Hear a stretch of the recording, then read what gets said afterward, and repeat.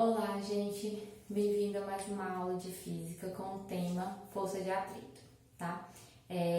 Você já observou no seu dia a dia que quando você lança, quando você chuta ou você empurra algum objeto em um determinado tempo ele para? Então, por que ele para? Ele para porque vai existir uma força de resistência ao movimento desse objeto. E essa força de resistência a esse movimento é a força de atrito, tá? Então, ela sempre vai estar presente quando as superfícies ali estiverem em contato e essas superfícies aí, a superfície, ela apresentar uma rugosidade, tá? Não for uma superfície bem polida. Então, se tem ali uma rugosidade entre as duas superfícies, ela vai estar presente a força de atrito. A força de atrito, ela no nosso dia a dia, ela tem um ponto bem negativo, né? Que é a questão que os automóveis ou equipamentos que tenham engrenagens, essas engrenagens sempre estão ali em movimento. E aí, o movimento dessas engrenagens, uma tocando na outra, há a presença da força de atrito. E a força de atrito faz com que ela venha desgastar essas engrenagens. Então, é um ponto negativo aí. Outro também é a questão das correntes aí, corrente elétrica, né? Que a gente tem que um aparelho, quando ele vai funcionar precisando aí de energia elétrica, ele em certo momento ele começa a esquentar, porque há um atrito aí entre as cargas elétricas que está se movimentando ali. E aí há uma perca de energia, que é a energia térmica. Então é uma perca também, e tudo devido à força de atrito.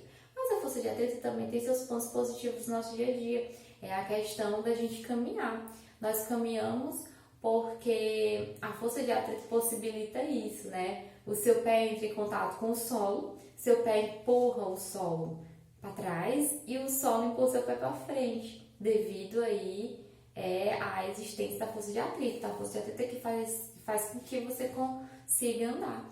É também a questão do movimento dos carros, do bicicleta, moto, também é possível devido à presença da força de atrito. Ali só acontece esse movimento se ela estiver presente. E se a superfície em que está ali a roda for uma superfície com rugosidades, porque se for uma superfície polida, uma superfície lisa, o pneu vai ficar girando no mesmo lugar e não vai ter a presença da força de atrito e aí não vai acontecer o movimento, tá? Também a questão do nosso andar, né? Se a gente pisa numa cerâmica bem lisinha, bem polida, sem nenhuma rugosidade, não vai haver a presença da força de atrito e com isso não acontece o movimento e você acaba caindo, né? Então, esses são os pontos positivos e negativos da força de atrito no nosso cotidiano. Então, a definição seria o quê? Que a força de atrito é uma força de contato em que ela faz aí uma resistência ao movimento. Existem dois tipos de força de atrito. Temos o atrito estático e o atrito dinâmico. A força de atrito estático é quando a força ela atua quando o objeto está em repouso, tá? Então, é aquela força que você está aplicando ali em um determinado objeto, você está aplicando a força, mas ele ainda está em repouso, ele ainda está parado.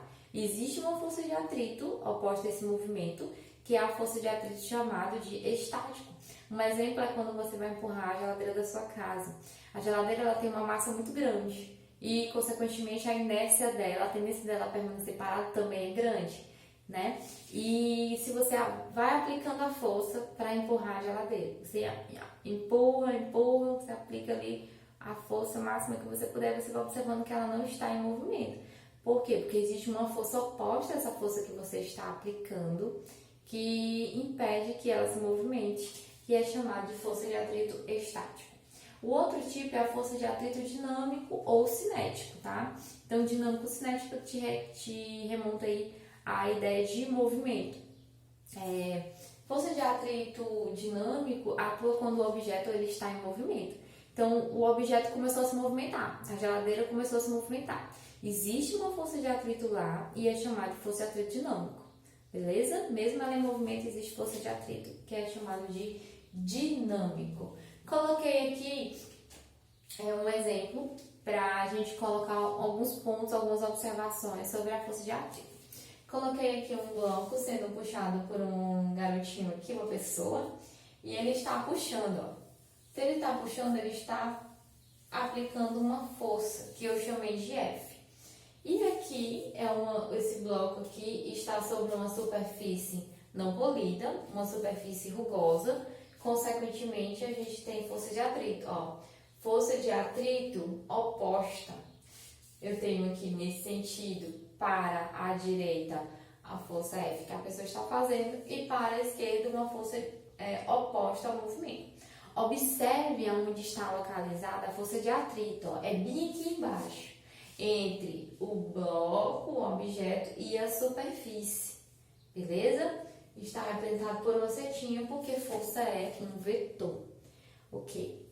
Vou considerar duas situações. Primeira situação, quando o bloco está em repouso, ou seja, ele está parado. Você aplica uma força. Existe uma força de atrito, que é a força de atrito estático, tá? A força de atrito estático, ela varia de 0 até igual à força que a pessoa está aplicando. Então, quando a força de atrito estático fica igual à força de atrito que você está aplicando, o objeto está na iminência de se movimentar, mas ele ainda está paradinho, tá? Se você aumentar um pouquinho a mais a força, aí a força de atrito vai ser menor do que a força que está sendo aplicada, ele vai começar a se movimentar, beleza? Então, quando a força que a pessoa está aplicando for igual à força de atrito, eu vou ter que a força resultante atuante aí no meu móvel, no meu corpo, no meu objeto, vai ser igual a 0, que foi o que nós estudamos nas questões passadas, né? na aula passada. Força resultante igual a 0, porque a força F, aqui que a pessoa está aplicando, é igual à força de atrito estático. Então, eu vou ter uma força resultante atuante igual a 0. O que eu quero que vocês lembrem? Que se o corpo ele está em repouso, não significa que não exista nenhuma força agindo.